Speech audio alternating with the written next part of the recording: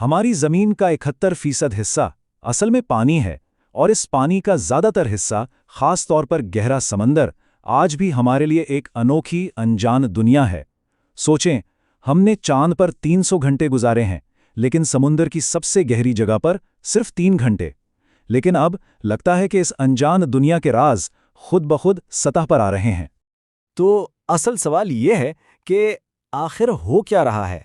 یہ مخلوقات جو ہزاروں سالوں سے انسان کی نظروں سے اوجھل تھیں، اب اچانک ہماری دنیا میں کیوں داخل ہو رہی ہیں؟ آئیے اس تجزیے میں اس پراسرار معاملے کی تہہ تک پہنچتے ہیں۔ یہ سارا معاملہ شروع ہوتا ہے ایک بہت ہی عجیب مچھلی سے، اور فش۔ جاپانی روایات میں تو اس کا نظر آنا زلزلے جیسی قدرتی آفات کی پیشین گوئی سمجھا جاتا ہے، اور حال ہی میں جاپان سے لے کر کیلیفورنیا اور میکسیکو تک اس کا بار بار ساحلوں پر نظر آنا سائنسدانوں کے لیے تشویش کا باعث بن گیا ہے۔ اور بات صرف اور فش کی نہیں ہے۔ بلیک سی ڈیول، جسے سمندری شیطان بھی کہا جاتا ہے، اور دیو ہیکل فینٹم جیلی فش جیسی دوسری عجیب و غریب مخلوقات بھی سطح کے قریب دیکھی گئی ہیں۔ یہ انتہائی نایاب واقعات ہیں، کیونکہ یہ جاندار عام طور پر 1 سے 2 کلومیٹر کی گہرائی کے گھپ اندھیرے میں راج کرتے ہیں۔ اچھا، تو اس پوری پہیلی کو سمجھنے کے لیے ہمیں پہلے اس عجیب اور شدت والے ماحول کو سمجھنا ہوگا جہاں سے یہ مخلوقات آتی ہیں۔ چلیں اس اجنبی دنیا کے ایک چھوٹے سے سفر پر چلتے ہیں۔ ہمارا پہلا پڑاؤ ہے ٹوائلائٹ زون۔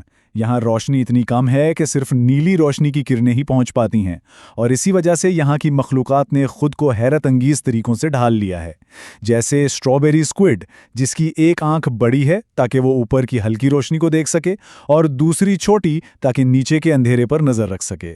اور پھر ہے بیریل آئی فش۔ ذرا تصور کریں، اس کا سر بالکل شفاف ہے، اور اس کی آنکھیں شکار کو ٹریک کرنے کے لیے اس کے سر کے اندر ہی گھوم سکتی ہیں۔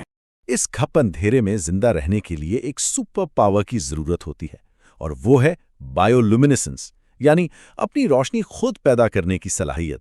یہ مخلوقات اس روشنی کو ساتھیوں سے بات کرنے، خود کو چھپانے، یا پھر اندھیرے میں اپنے شکار کو اپنی طرف کھینچنے کے لیے استعمال کرتی ہیں۔ اب ہم اور گہرائی میں اترتے ہیں مڈ نائٹ زون میں، جہاں مکمل گہرا اندھیرا ہے۔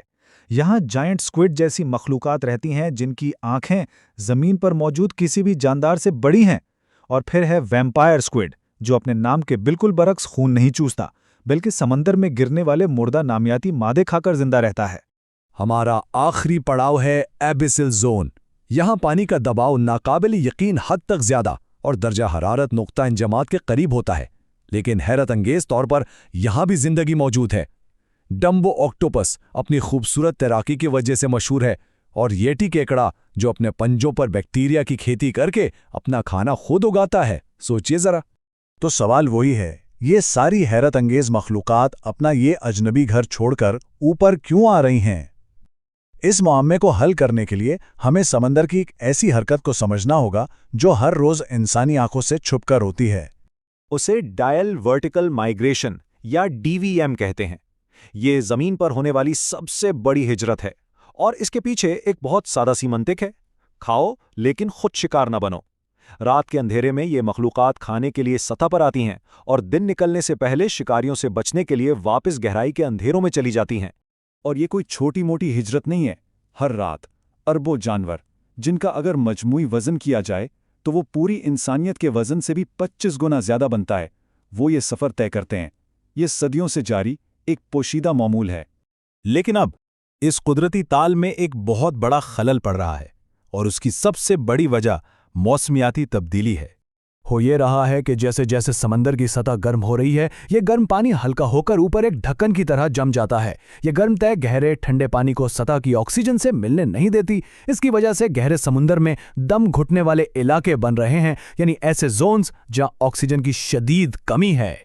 اور اسی آکسیجن کی تلاش میں یہ مخلوقات اوپر کی طرف آنے پر مجبور ہیں، لیکن یہ ان کے لیے ایک بہت ہی خطرناک سفر ہے۔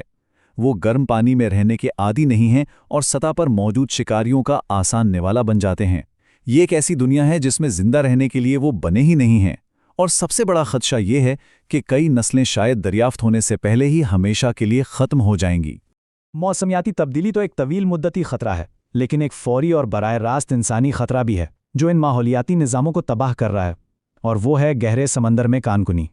یہ کشمکش خاص طور پر ہائیڈروتھرمل وینٹس کے ارد گرد ہے۔ یہ جگہیں نہ صرف اس اسکیلی فٹ سنیل جیسی منفرد مخلوقات کا گھر ہیں بلکہ سونا اور چاندی جیسی قیمتی معدنیات سے بھی مالا مال ہیں، اور یہی وہ خزانہ ہے جسے کانکنی کی کمپنیاں ہر قیمت پر نکالنا چاہتی ہیں۔ اس معاملے پر اب ایک عالمی بحث چھڑ گئی ہے۔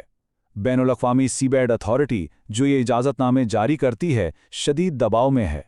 ایک طرف کانکنی کی صنعت کے مفادات ہیں تو دوسری طرف سائنسداں اور ماحول کے تحفظ کے حامی ہیں جو اس ممکنہ تباہی سے خبردار کر رہے ہیں۔ اب تک 30 سے زیادہ ممالک نے عوامی طور پر گہرے سمندر کی کانکنی کی مخالفت کی ہے۔